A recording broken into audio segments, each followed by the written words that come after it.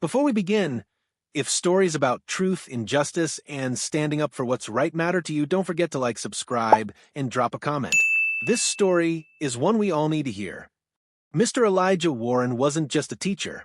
He was the kind of teacher students remembered years after graduation. The kind who stayed after class to listen, who taught Toni Morrison like she was family, not curriculum, who told students that their voice mattered, even when the world didn't say it out loud. He didn't teach from a textbook. He taught from the soul. But not everyone liked that, especially not in Maple Ridge High, a prestigious, mostly white school in a quiet Illinois suburb where keeping politics out of the classroom was a rule enforced in whispers. For years, Mr. Warren pushed the line carefully, gracefully. He introduced the bluest eye when others were still stuck on Gatsby. He spoke the names of people who were often left out of the lesson plan: James Baldwin, Zora Neale Hurston, Emmett Till, Sandra Bland, and slowly, some people started to push back. One parent complained about his divisive tone. Another said he was radicalizing white students. The school board began to observe his classes more often, but none of it stuck, until he gave one lesson, one honest, necessary lesson, on how the American education system has historically erased black voices. And that was the lesson they used to try to end his career. He was accused of being racially inflammatory, suspended with pay, escorted out of the building. No warning, no due process, just silence. But what the school didn't expect was that his students were watching. One of them, Ellie Caldwell, 17, white, daughter of a school board member, had been quietly recording his lectures, not for drama, not for blackmail, but because they moved her. And when she saw how they twisted his words, she uploaded the truth. What followed was a storm no one could stop. Hundreds of students walked out. Former alumni spoke out. The story went viral, and a quiet black teacher from a quiet town became a national symbol for how racism in education doesn't always scream. Sometimes it whispers. This isn't a story about one man. It's a story about the power of truth in the hands of young people, about the quiet strength of an educator who refused to shrink, about the moment a generation finally said, "No, not this time." They say the best teachers don't just teach, they leave something behind. A thought, a question, a fire. Elijah Warren didn't ask for admiration. He asked students to think for themselves. That's what made him dangerous. Round Pushpin Maple Ridge High School, suburban Illinois. White brick walls, perfect lawns, banners for Ivy League acceptances hung like trophies in the hallway. Parents here drove Audis. Students wore Patagonia. And the silence was polite, very polite. On the outside, Maple Ridge looked like a poster school for American success.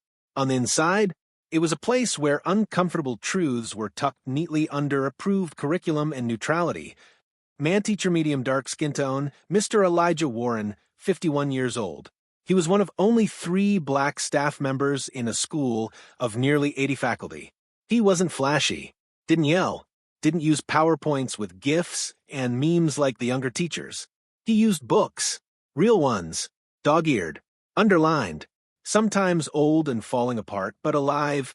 He wore brown loafers and navy sweaters, carried a leather bag so old the strap was fraying. In the winter, he'd wear a long brown coat and a scarf knitted by a student from 5 years ago. His room, room 212, was unlike any other. No posters of motivational cliches, just a shelf of diverse literature, a handwritten quote on the board each morning, and a framed photo of James Baldwin next to a sticky note that read, "Not everything that is faced can be changed, but nothing can be changed until it is faced." Books the classroom culture. His students called him Mr. W. Not because it was cool, but because he earned that kind of closeness. He knew who had food insecurity without being told, who was fighting with their parents, who was hiding brilliance under silence. He made his room a space where students felt safe to say what they really thought. Every year, he gave the same first day speech. "You will not leave my classroom unchanged. Not because I'm brilliant, But because the truth, once spoken, does not go away. Woman student medium skin tone Ellie Caldwell, 17 junior. Ellie sat front row every day. Straight A student. Daughter of board member Linda Caldwell. Captain of the debate team. College-bound, likely to Yale. She had grown up hearing quiet remarks from Mom. Mr. Warren's style is passionate. A bit too focused on race, if you ask me. Good teacher, but maybe not the best fit for Maple Ridge. But Ellie had her own mind. She didn't say much in class at first, just listened, watched, took notes not just on what Mr. W taught, but how he taught. One day after school, she stayed behind. Why don't you use the district-provided slides? He looked at her half smiling. Because the truth doesn't always come with a template. That day, she started recording his lectures. Not for anything malicious, just because something inside her said, this matters. Man office worker light skin tone, Principal Miriam Caldwell. Ellie's mom, the gatekeeper of normalcy at Maple Ridge. Polished, professional, masters from Northwestern. She believed in diversity, as long as it didn't make people uncomfortable. Mr. Warren made people uncomfortable, especially when he brought up redlining, mass incarceration, literary racism. He's deviating from the curriculum again. That book isn't on the approved reading list. Parents are starting to email. She never attacked him outright. She just applied pressure. Observe his classes, took notes during lessons about race, sent reminders about policy. Use words like optics, tone, and alignment. Fire the early spark. In October, Mr. Warren assigned a lesson on Toni Morrison's Beloved, a masterpiece, but not on the district list. He framed the lesson around intergenerational trauma, asking students, what memories does a nation try to bury, and what happens when they claw their way back? It was powerful, emotional, transformative. Some students cried. One asked if her grandfather might have been part of racist systems without knowing. Another said, no one's ever explained slavery to me like this. But one student, Braden Finch, son of a vocal conservative parent, stormed out. I'm not sitting here being told I'm part of a racist system. He told his father, who emailed the school, who CC'd the board, who called the local paper. Firecracker the backroom talk. Principal Caldwell called Mr. Warren Indiana. Elijah, your intentions are noble, but we need to stay within the scope of district materials. So, don't tell the truth unless it's been sanitized first. No one is censoring you. Then, why does it feel like I'm always one sentence away from punishment? We have to protect the comfort of all students. And what about the ones who've never been comfortable here? She didn't answer. Just handed him a folder labeled, Parent Concerns. Light bulb meanwhile, the students noticed. Ellie watched the way Mr. W was treated differently.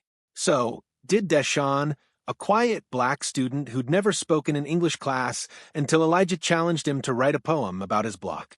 So, did Anna, an immigrant student who said, Mr. Warren is the first person to pronounce my name right without asking twice. So, did Isaac, who once stayed after school crying because his paper about police brutality was too aggressive for another teacher, but got an A in Mr. Warren's class. They all saw what was happening, but they didn't know how close the storm was getting. Studio microphone, there are classrooms that teach facts. Then there are classrooms that teach freedom. And freedom always costs someone their comfort. Oppression doesn't always arrive with a bang. Sometimes it's in the memo, the raised eyebrow, the silence after a name is mentioned. Late October, Maple Ridge High School. The hallways were colder now, not from the weather, but from the shift. Mr. Warren's classroom had become a symbol. To some, it was liberation. To others, it was a problem. It started with a parent email. Incoming envelope, email number 1, subject, concerning class content. From David Finch. To Principal Caldwell School Board. Underscore, my son was deeply disturbed by the recent literature discussed in Mr. Warren's class. He reported being made to feel ashamed for being white. I understand the need for diversity, but there is a line between education and indoctrination. I respectfully request immediate review of Mr. Warren's curriculum choices. Underscore. It was respectful, polite, but calculated. Card index dividers, the file. Inside Principal Caldwell's drawer was a manila folder labeled Warren, Elijah, Classroom Observations and Concerns. Inside, notes from classroom visits, parental comments, an old complaint from 3 years ago about overuse of racially charged language during a reading of The Fire Next Time. It wasn't thick, but it was enough to build a narrative. Warning, the first warning. On Monday, Mr. Warren was called into the front office. Again, Principal Caldwell smiled. Polite, cold. Elijah, I've received some feedback from concerned parents. Let me guess. We talked about slavery and someone felt attacked. This isn't personal. We just need to stay within our curriculum parameters. Stick to the district-approved texts. So, avoid books that tell the truth. Avoid books that make the school look controversial. Truth is always controversial when you're not used to hearing it. She slid a printed memo across the desk. This is a formal notice. Please read and sign. It's not disciplinary, just procedural. Mr. Warren read it slowly. It said he must provide lesson plans 1 week in advance. He must avoid sociopolitical discussions not directly related to state standards. Any future incidents may result in administrative leave. He didn't sign it. I'll need to speak to my union rep. Her smile didn't fade. Of course, but do understand, cooperation goes a long way. Collision what the students saw. That week, things changed. Mr. Warren wasn't his usual self. He paused before answering hard questions. He skipped over chapters he normally loved. He stopped writing Baldwin quotes on the board. Ellie noticed first. Mr. W., are you okay? He gave her the kind of smile teachers give when they're trying not to break. Some truths have to wait their turn. Laptop computer, the paper that sparked it. The class was assigned an essay. Compare the themes of silence and memory in The Bluest Eye and Night. Ellie turned in her paper early. 4 pages. Sharp. Honest. She drew connections between institutional racism and generational trauma. It wasn't radical, it was just real. 2 days later, she got it back. Grade B. Comment from a substitute grader. Too emotionally charged. Consider a more neutral, analytical tone. She was stunned. This wasn't Mr. Warren's handwriting. He'd always encouraged emotion with intellect. She asked him after class, "Did you grade this?" "No. I was asked to let a colleague assist with this round." "Why?" "Policy." He didn't look her in the eyes. That night, she opened her phone, scrolled through her audio files, and clicked Warren_class_1023.mp3. She replayed the moment Mr. Warren said, "If the story makes you uncomfortable, good. Because history wasn't written to soothe, it was written to remember." And she whispered to herself, "They're trying to erase him." Man standing medium skin tone, Deshawn speaks. Later that week, Deshawn, usually quiet, raised his hand. "Mr. W., why'd we skip the chapter about Pecola's father?" Warren looked around. Some material has been deemed too sensitive by admin. But that's the point, right? It's supposed to be hard. Isn't that the whole reason you teach it? The room fell silent. Elijah finally said, "Sometimes the hardest truths are the first to be silenced. But I promise you, silence doesn't mean it isn't still true." That day, half the class stayed after. Just sat with him. Didn't say much. Just showed up. Chart increasing rumors spread. By Friday, whispers had spread across the school. Mr. Warren's being pushed out. He's in trouble for teaching Black history. Someone's trying to get him fired. A few teachers, quietly supportive, stopped by his room. "We're watching," one said. "But we have families too," said another. Firecracker, the tipping point.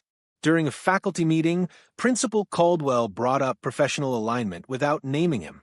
"Let's remember, we represent the school, not personal agendas." Elijah stood up. "Teaching history is not an agenda." The room froze. Caldwell nodded, slowly. "Thank you, Mr. Warren. We'll continue this offline." Studio microphone, this wasn't about breaking rules. It was about breaking silence. And silence was the rule they wanted most to protect. Pressure doesn't just crack walls. It reveals what's been hiding behind them all along. November 10th, 2 weeks after the warning. The leaves outside Maple Ridge were gold and brittle, falling in slow spirals onto perfect sidewalks. But inside room 212, something was off. Mr. Warren had stopped teaching. Not entirely, but something in him had withdrawn. He still greeted students, still assigned readings, but his fire was dimmer, his lessons safer. No Baldwin, no Morrison, no questions that couldn't be answered with a textbook quote. And for students who had known what his class used to be, the change was deafening. Adult medium skin tone school, under review. On Monday, Mr. Warren received a letter in his school mailbox. Stamped, sealed, and sanitized. You are hereby placed under review for multiple complaints regarding classroom appropriateness, political content, and deviation from state educational standards. You will continue teaching under supervision until further notice. He was to be observed. Every class, every word.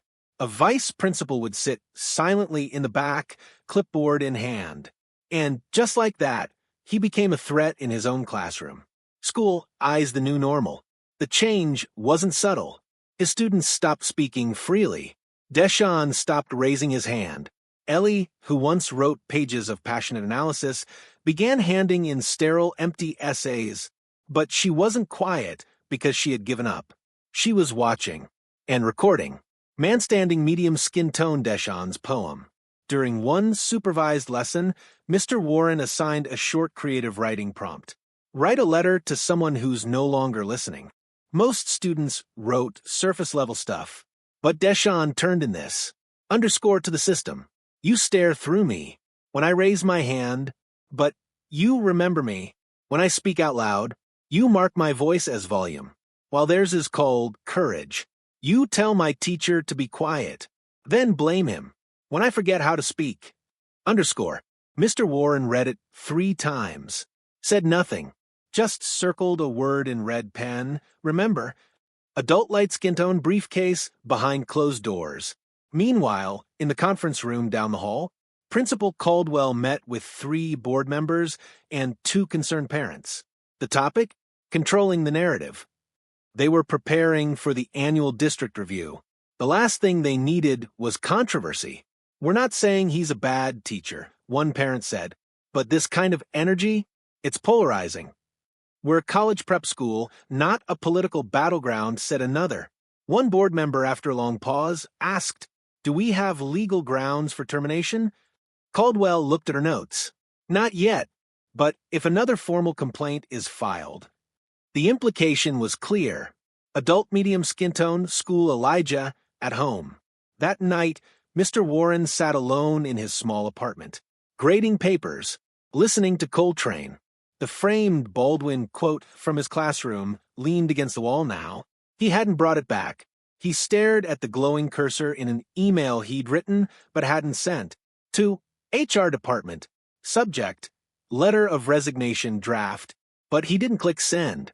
He closed his laptop and sat in the dark. Headphone meanwhile. Ellie listens. At the same time, Ellie sat on her bedroom floor. Earbuds in. Laptop open. Audio file, Warren _lecture _1024 MP3. She heard his voice again. The system doesn't need to say your name to erase you. It just needs you to stop speaking. She opened a Word document. Title, The Things They Won't Let Him Say. She began transcribing. Every word, every quote, time-stamped, organized, evidence. Not just that he was a great teacher, that he was a truthful one. Fire the real tipping point. 2 days later, something snapped. Mr. Warren gave a short lecture on fences by August Wilson. A quiet moment, just discussing how trauma can echo across generations. The vice principal in the back of the room scribbled notes furiously. Later that day, a notice was sent to parents. Today's English class content included emotionally sensitive topics not pre-approved by administration. We apologize for the oversight. The next morning, Mr. Warren was placed on immediate administrative leave pending investigation. Escorted out. No final class. No goodbye. His students found out from a substitute. Mr. Warren will not be returning this week. And just like that, he was gone. Person standing medium skin tone, Ellie breaks the silence. That afternoon, Ellie stood up in the middle of class. This is wrong. Everyone turned. You're pretending this is normal. That he just disappeared. But you know it's not. The sub froze. You can't speak for administration. Fine. I'll speak for the truth. She pulled out a USB. Held it up. I have 17 recordings. Of his actual lessons. The ones you said were divisive. They weren't. They were honest. Sit down, Ellie. No. She turned to the class. They don't get to erase him just because he made us think. And if they're going to lie about what he said, I'm going to show everyone what he really said. She walked out. Studio microphone, and sometimes the loudest person in the room is the one who finally stands up when everyone else stays seated. Sometimes a whisper becomes a roar, but only after the silence has been stretched so far, it finally snaps. The day after Elijah's suspension, the chairs in room 212 were still warm. His books were still on the shelf, but Elijah Warren was gone. The school tried to move on. A generic substitute passed out vocabulary worksheets. Posters about respect and safety suddenly showed up in the halls. Principal Caldwell issued a bland morning announcement. We remain committed to excellence and objectivity in all our classrooms. But nobody bought it, because Ellie was already uploading. Desktop computer, the upload. She didn't post the audio directly. Instead, she clipped short, powerful moments from Mr. Warren's lectures, matched them with visuals, subtitles, citations. She titled the video, Movie Camera. They called this divisive, but it sounded like teaching to me. She uploaded it to YouTube, then TikTok, then Instagram Reels. By midnight, it had 83,000 views. By the next day, over 500,000. And the comments? They weren't quiet. Speech balloon, the internet responds. This man made me want to go back to school. They fired him for this? Where do I sign to get this teacher reinstated? This is why we say the system is broken. A hashtag began to spread. Hashtag bring back Mr. Warren. Former students commented. He taught me to write like my voice mattered. They made fun of him in staff meetings. I heard it. He was the only one who taught us real history. It wasn't just support. It was indictment. Newspaper media attention. By Thursday morning, local news picked it up. Then NPR. Then BuzzFeed. Then CNN.com ran a story. High school suspends black teacher for teaching black literature. Students push back. Ellie was interviewed, not just as a student, but as a witness. CNN interview transcript. Interviewer, why did you record him? Ellie, because I knew one day they'd try to lie about what he said. Interviewer, why does this matter to you? Ellie, because I thought the school taught me to stand up. But then it tried to punish the only person who ever showed us how. School fights back. That afternoon, Maple Ridge High sent out a press release. These recordings were made without consent and violate district policy. The educator in question was not removed for curriculum content, but for procedural inconsistencies. But it was too late. No one believed them. Adult medium skin tone school Elijah in hiding. Elijah sat in his apartment watching the story unfold, like a movie about someone who used to be him. He had no social media, no agent, no lawyer, just his coffee, and a worn-out copy of The Fire Next Time on his nightstand. His phone buzzed nonstop. Former students, journalists, strangers from across the country. He didn't answer any of them. Telephone receiver the phone call. But when his former mentor, Mr. Carl Reynolds, retired black educator, 78, called, he picked up. Carl, you okay, son? Elijah. They did what I always knew they would. Carl, you knew. Elijah. Truth makes people uncomfortable. Eventually, someone calls that a problem. Carl, so what now? Elijah, I don't know. Carl, let me tell you something I told myself in 1972. If they're more afraid of your words than your silence, you already won. Now show them why. School inside the school. The vibe shifted hard. Students protested during lunch. A petition circled. 10,000 signatures in 2 days. One student wrote, "Bring him back," on the whiteboard in every classroom. Caldwell tried to control it, threatened detention, sent out reminders of policy, met with parents. But the students weren't scared anymore. Adult, medium, dark skin tone, laptop, computer. The moment Elijah responded. On Sunday night, Ellie got an email from elijah.warren@protonmail.com. Subject: Thank you. Inside, _Ellie, I don't know how you did what you did, or why you chose to stand up when everyone else sat down, but thank you. You reminded me what I came here to do, and I'm not done yet. Attached, a 4-minute video of Elijah speaking directly into the camera. Movie camera. I was told my teaching style made students uncomfortable. But the truth is, history is uncomfortable. It's supposed to be. We can't heal what we won't face. And I'm not here to make students feel ashamed. I'm here to make them feel awake. If that's cause for dismissal, maybe it's the system that needs to be suspended. Police Garlight, the impact. The video hit 2 million views in 24 hours. Politicians tweeted it. Teachers' unions backed him. Even celebrities began sharing clips. But behind the screens, the school board planned an emergency meeting. We either reinstate him or risk a lawsuit, a walkout, and national embarrassment. Studio microphone. This was no longer about one teacher. It was about every student who'd ever been told the truth didn't belong in school. Sometimes power shifts not with a protest, but with a whisper in the right ear. Maple Ridge School Board meeting, Monday, 7 p.m. The gymnasium was packed. Parents, reporters, students, former alumni. The room buzzed like static. At the front, a row of board members sat behind folding tables, pretending this was just another agenda item. Principal Caldwell wore her best navy suit. Composed, prepared. She'd come ready to make one final move. Microphone. The opening statement. This meeting is to address recent unrest regarding Mr. Elijah Warren. Caldwell said, her voice even, "Let us be clear. This is not about race. This is about protocol, professionalism, and protecting the integrity of our academic standards."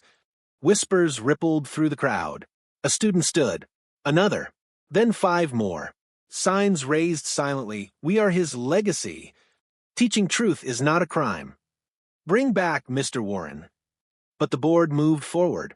Adult, light skin tone, briefcase, the final play. Caldwell slid a folder across the table. These are parent testimonies and incident reports outlining why Mr. Warren's reinstatement would be harmful to this school's values.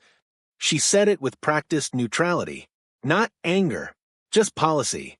The board chair opened it, skimmed the pages, until one name made him stop. "Linda Caldwell, you included your own statement in the evidence?" She nodded, as a parent, not as principal. Ellie's jaw clenched in the back row. Her mother had crossed the line. Woman standing, medium skin tone, Ellie stands. She didn't plan to speak, but when she saw her mother's name on that paper, she stood. "Excuse me." Caldwell blinked. "Ellie, this is not open mic. Then close it after I speak." Whispers. A few quiet gasps. Ellie walked to the mic. Microphone. Ellie's speech. "My name is Ellie Caldwell. I've attended this school since I was 12. I'm on the debate team, AP track, top 5% of my class." She paused, looked directly at her mother. "And for the last year, I've been in Mr. Warren's class. I recorded his lectures because they moved me. Because I knew one day someone would try to silence him. That day came. And that silence wasn't just his, it was ours." She pulled a printed page from her folder. "I transcribed his lectures, line by line, compared them to the district standards. He broke no rules. He didn't indoctrinate. He taught. The only thing he broke was the silence we were told to sit in." Caldwell tried to interrupt. "Ellie, please." "No, you submitted a testimony as a parent. Then let me testify as your daughter. I've never been more ashamed and more proud in the same moment, because while you tried to erase him, Mr. Warren taught me how to speak. The room fell into stunned silence. Collision, the moment that changed everything. From the second row, someone stood. It was board member Henry Thompson, usually quiet. He cleared his throat. "I've reviewed the audio. I've read the student letters. I move to halt the investigation against Mr. Warren, immediately reinstate him, and open a formal equity audit on district disciplinary actions." Gasps, murmurs. Another board member seconded. Caldwell sat frozen. The vote passed, 4-1. She was the only no. Adult medium skin tone, school, outside the meeting. Ellie walked outside. The sky was soft with twilight. Dozens of students gathered around her. Someone clapped, then another. A slow, rising wave of gratitude and release. She didn't cry, but she smiled and exhaled. Inside a nearby car, a figure watched silently. Elijah. He hadn't entered the building. Didn't need to. The kids had spoken. Email, the letter that landed. The next morning, Principal Caldwell received a sealed envelope. Inside, Elijah Warren's formal response. It wasn't angry. It wasn't emotional. Just 3 paragraphs. Underscore, "I've been asked if I want to return. And the truth is, I never left. Because my words stayed in the hearts of my students. I accept reinstatement. But under my terms, truth stays in the curriculum. Dignity stays in the classroom. And next time you think silence is safer than truth, remember what silence costs. Underscore. Studio microphone asterisk. This wasn't a comeback. This was a reminder. You can suspend the teacher, but you can't erase the lesson. Asterisk. After the storm, it's easy to pretend nothing happened. But if you're brave enough to look closely, you'll see. The foundation has shifted. Maple Ridge, high, 1 week later. The flags outside flew, a little stiffer. The halls were quieter, not tense, but reflective. And outside room 212, a crowd of students waited not for protest, but for proof. Proof that the man they fought for was really back. And when Elijah Warren walked through those doors, same coat, same bag, same quiet nod. They didn't cheer. They didn't chant. They simply stood and walked in behind him. Back to class. Back to the lesson. But never, ever back to the way things were before. Adult medium skin tone, school Elijah's return. He didn't walk in with fire. No triumphant speech. No mic drop. He walked to the board. Wrote in blue marker. Truth can be interrupted, not erased. Then turned to the class. Now, where were we? Chair behind the curtain. Fallout in the system. Back in the administration wing, things weren't so peaceful. The school board launched a formal internal equity audit. 2 staff members quietly resigned, including a VP who had been observing Elijah's class. Emails surfaced showing how long the complaints had been building and how much had been ignored. Parents who once supported neutral curriculum now sent letters of apology. One wrote, "I didn't realize how much we ask Black teachers to tiptoe. Thank you for standing." Briefcase Principal Caldwell, unraveling. Caldwell, once untouchable, was now human and visibly shaken. She kept her office door closed, avoided the press. But more than anything, she avoided her daughter. One day, Ellie stopped outside her office. Didn't knock. Just left a note. Underscore, you taught me to follow rules. He taught me to follow truth. Only one of you gets to be proud of me right now. Underscore. Counterclockwise arrows button Elijah's terms begin. When Elijah returned, it wasn't under silence. He submitted a letter to the faculty titled, Re-entry with Intention. Inside, he outlined 5 commitments. 1. Curriculum honesty. He would continue to teach diverse authors and histories with full transparency. 2. Student voice circles. A bi-weekly open discussion for students to talk about identity, injustice, and literature that reflects them. 3. Peer accountability. Teachers would be encouraged to review each other's materials with racial and cultural lensing. 4. Restorative dialogue. Opportunities for any staff who had opposed him to speak, in truth, not accusation. 5. Legacy room. Room 212 would remain open after hours for students to study, speak, and organize. No one had ever submitted a return plan before, but no one could argue. Adult medium dark skin tone, a new voice emerges. In the first week back, Elijah noticed a shift, not in the loud kids, but in the quiet ones. Deshaun, once silent, now led the after-school writing group. He started publishing poems, raw, honest pieces about blackness, fear, and survival in systems that don't name themselves. He came to Elijah one day and said, "You gave me permission to write what I was afraid to say." Elijah just nodded. "You're not afraid anymore?" "Still afraid. But now, I'm louder than the fear." Child medium light skin tone, unexpected growth. Even Braden Finch, the student who once stormed out, came back around. He approached Elijah after class. "I still don't agree with everything you teach. You're not supposed to. But I think I finally understand why it made me angry." "Why?" "Because I'd never been asked to question myself before. And maybe that scared me more than I wanted to admit."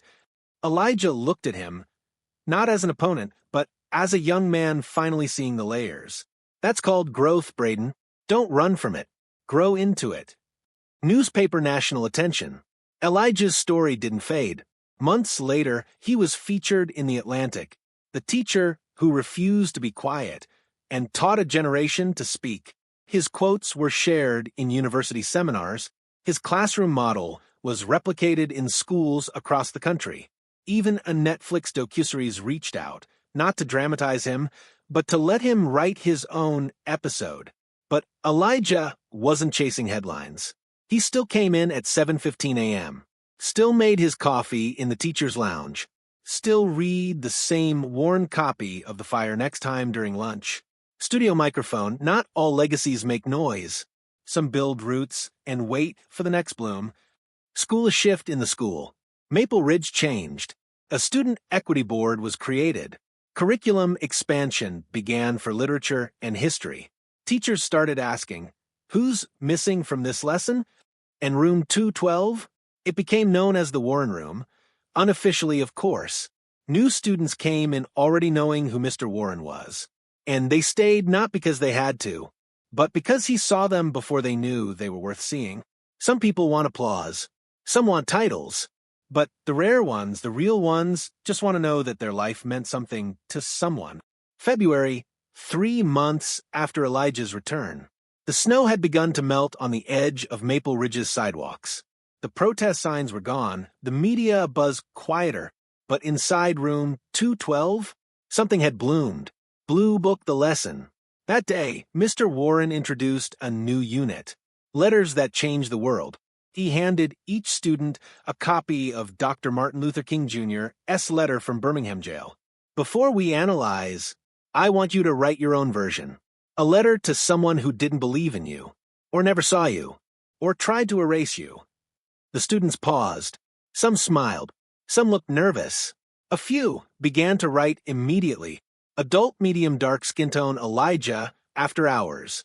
After school, Mr. Warren stayed late, as usual.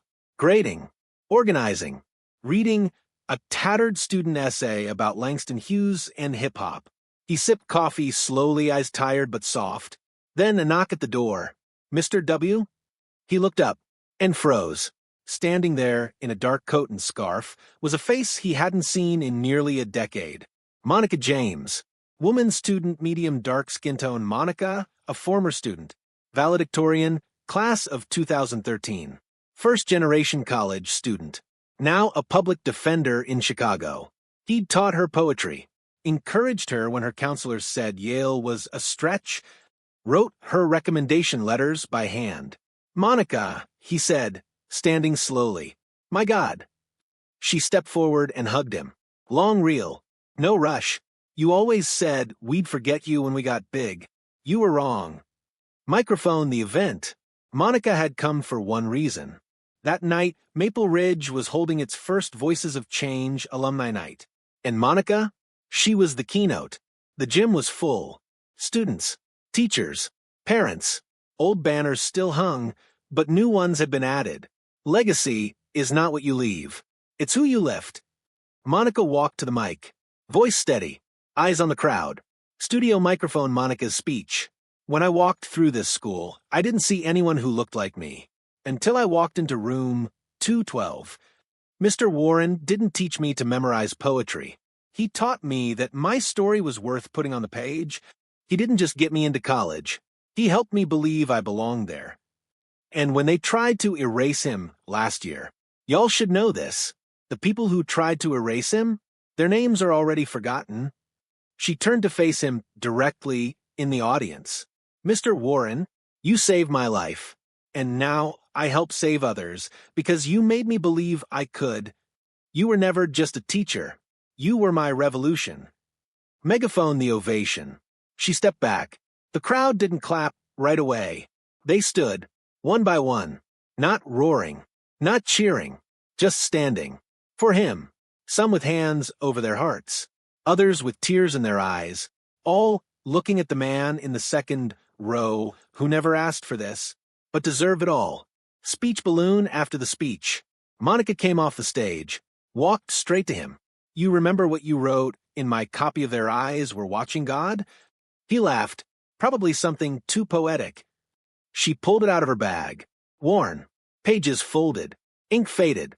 Inside the cover. Your voice will break rooms open. Use it.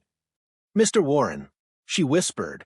You broke this room open, Mr. Warren, and it's still echoing. Incoming envelope, the quiet recognition. Later that week, Elijah received a letter in his school mailbox. No name, just handwriting. Inside, _ I watched from the back. I didn't clap. I was scared. I'm sorry. But now I know. You didn't just teach. You reminded us that silence isn't safety. Thank you. _ No signature. Just one of them. Elijah folded the paper, slid it into his coat pocket, didn't say a word, but he stood taller that day. Studio microphone, * recognition doesn't always shout. Sometimes it walks back in, grown up, grateful, and carrying the words you gave them, like scripture. * Legacy isn't built in headlines. It's passed down in whispers, in the moments where someone says, because of you I didn't give up. Spring semester, Maple Ridge High. The snow was gone. The fight had passed, but something else remained. In room 212, Mr. Warren's desk had a new addition. A jar full of folded papers, tiny thank you notes from students, anonymous and sincere. You made me feel like my voice mattered. I finally told my dad I wanted to be a writer. He said, okay. Your class saved me. He didn't read them all at once. He took one per day, like a vitamin, not to boost his ego, but to remember why he stayed. Girl medium skin tone, a quiet spark. Zuri was a sophomore. Transfer student. Soft-spoken. Wore oversized hoodies and carried books on her own poetry. She rarely raised her hand. But one day, Elijah found her waiting after class, holding a wrinkled notebook. I don't usually show this to people. He took it gently. Read the first page. My mother's voice is thunder. But I only learned lightning when I wrote alone in the dark. He looked up. Zuri, this isn't a poem. It's an opening. Opening to what? To someone finding you. She blinked, then smiled. That afternoon, he cleared a space on the board. Poetry Circle, every Thursday, at lunch. Zuri was the first to show up. Adult medium skin tone, school, the circle grows. By April, Poetry Circle had 17 students, all different, all carrying notebooks like lifelines. They shared lyrics, spoken word, haikus about immigrant grandmothers, slam pieces about dead names and freedom, letters they'd never send. And Elijah? He listened. He never gave grades, never interrupted, just said one thing at the end of each session. Your voice is enough. Older adult medium dark skin tone, a visit from an old friend. One Thursday, as the group gathered, a visitor stepped in. Mr. Carl Reynolds, Elijah's old mentor. Now gray, walking with a cane, but eyes still sharp. He sat quietly in the back, watched as Zuri stood up and read a new piece. I was told I was too quiet, but the quiet ones are the first to hear.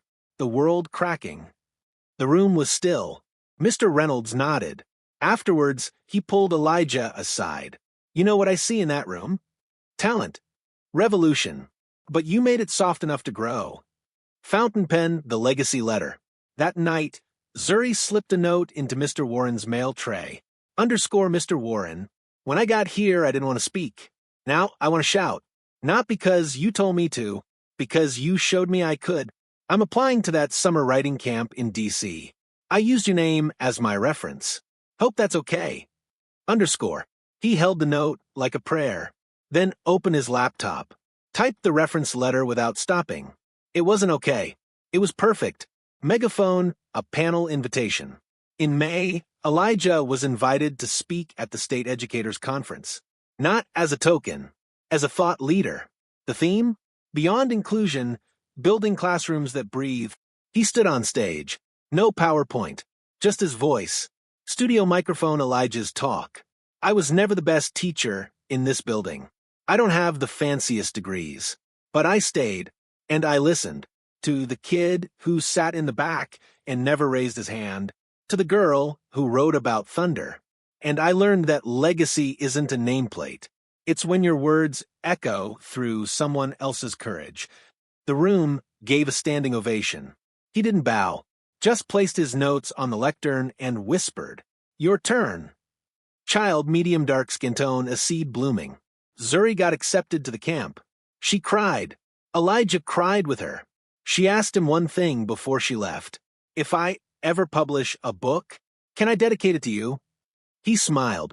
Only if the first page says, because I believed in myself, not because he believed in me. She paused. That's the same thing.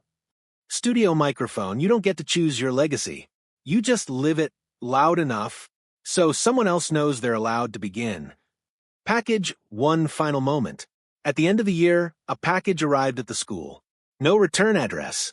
Inside, a framed photo of room 212 filled with students. A pen and a note. Underscore, you changed more than the system. You changed the silence. Keep writing. Underscore, he placed the frame on his desk, and under the quote board he wrote, in red, legacy equals voice X time. The moment you think no one's watching is usually the moment the world starts listening. Summer break begins, Maple Ridge High. The building was empty now. Lockers closed. Desks stacked. Classrooms dark. But Mr. Warren? He was still there, in room 212, reading a student manuscript, finishing a letter of recommendation, watering the plant that Deshawn forgot. Because while the school year ended, the ripple had only begun. Newspaper The Story goes national. In July, Elijah's profile was published in the New York Times. Front page feature. The teacher who refused to disappear. The article chronicled his suspension, the student walkout, Ellie's defiance, and the return that became a movement. Soon after, NPR invited him for an audio documentary.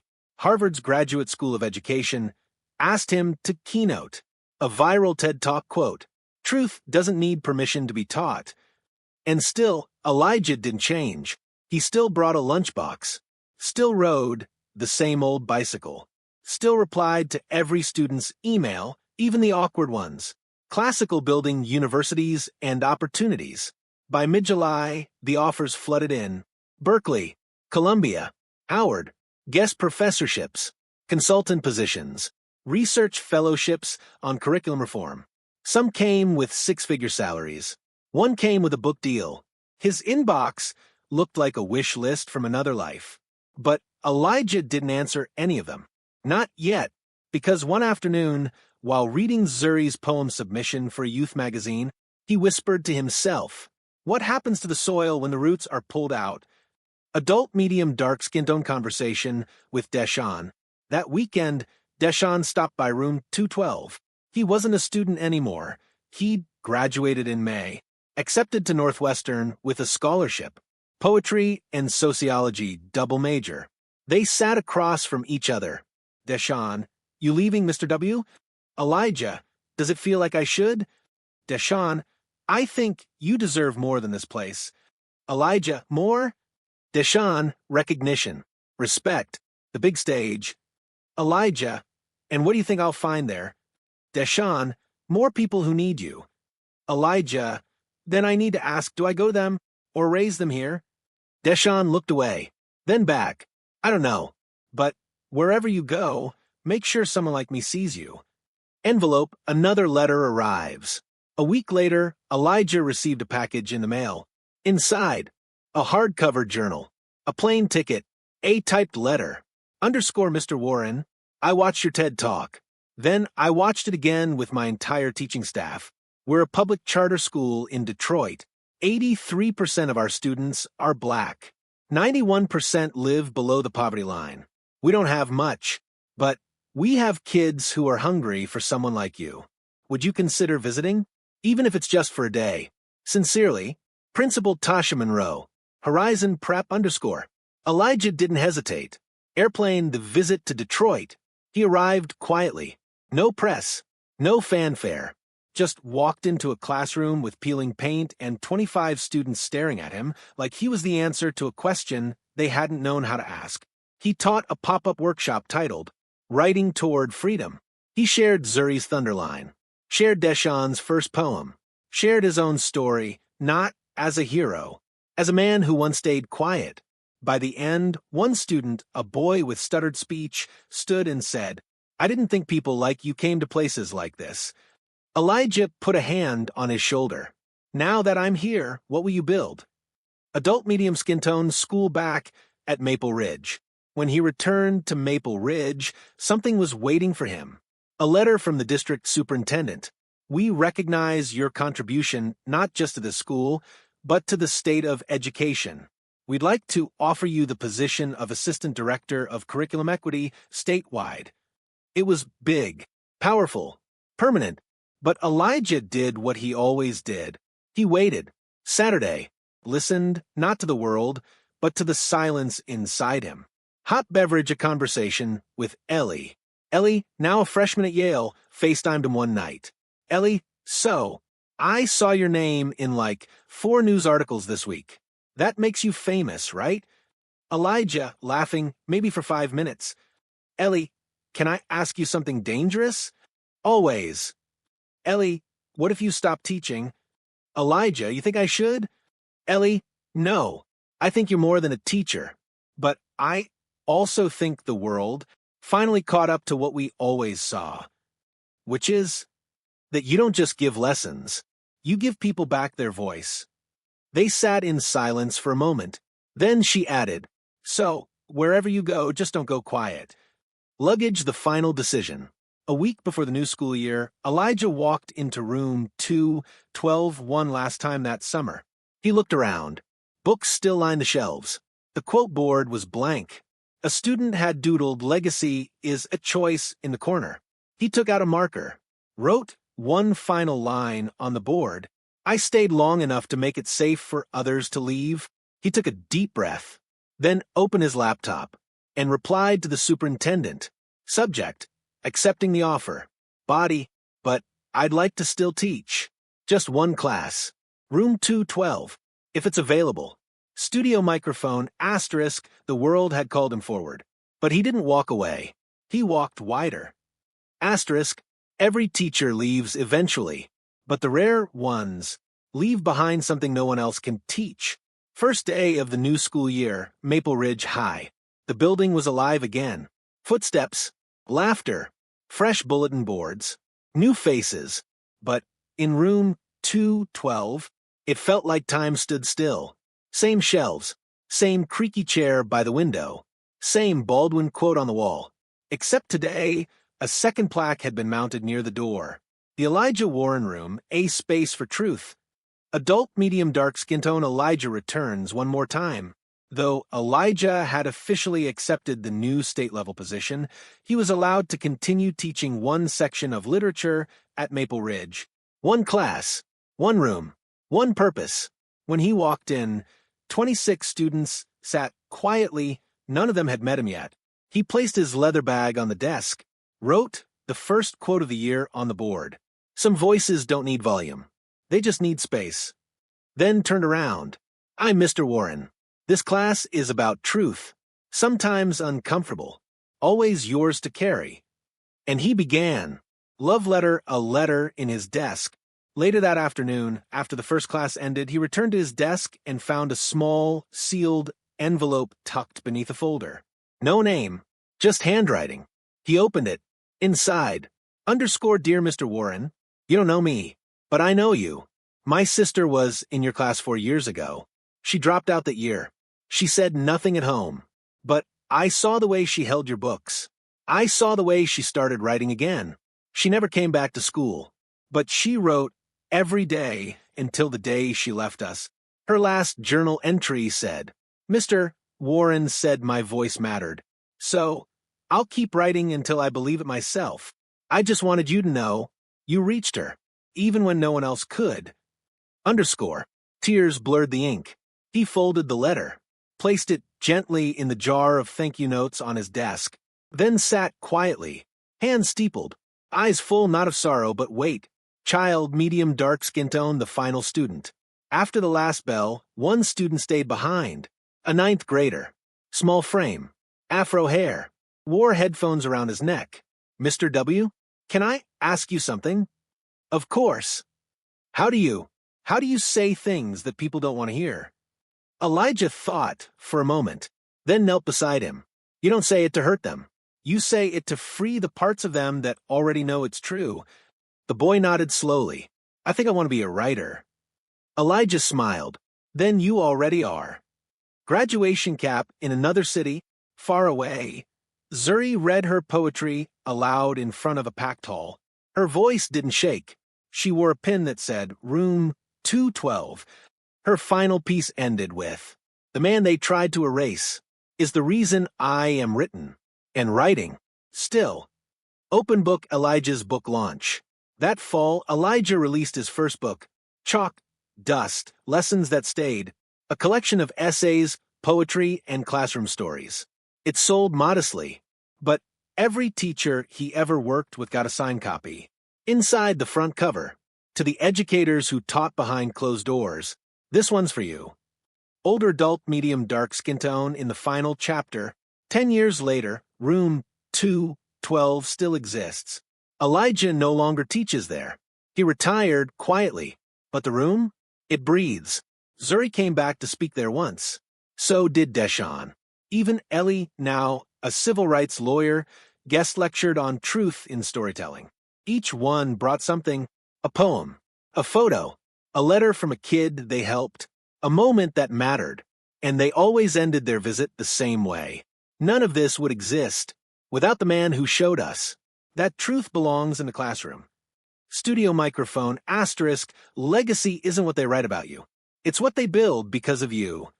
Asterisk, adult medium dark skin tone final scene, one last glance. Elijah, now older, walks down the hall of Maple Ridge. Room 212 is filled with students. A new teacher, new voices. He doesn't interrupt. He just watches. Someone reads a poem aloud. Someone raises their hand. Someone writes a Baldwin quote on the board. He smiles and walks away, not because he's done, but because he's already everywhere. Studio microphone final line. Asterisk, they tried to fire the man.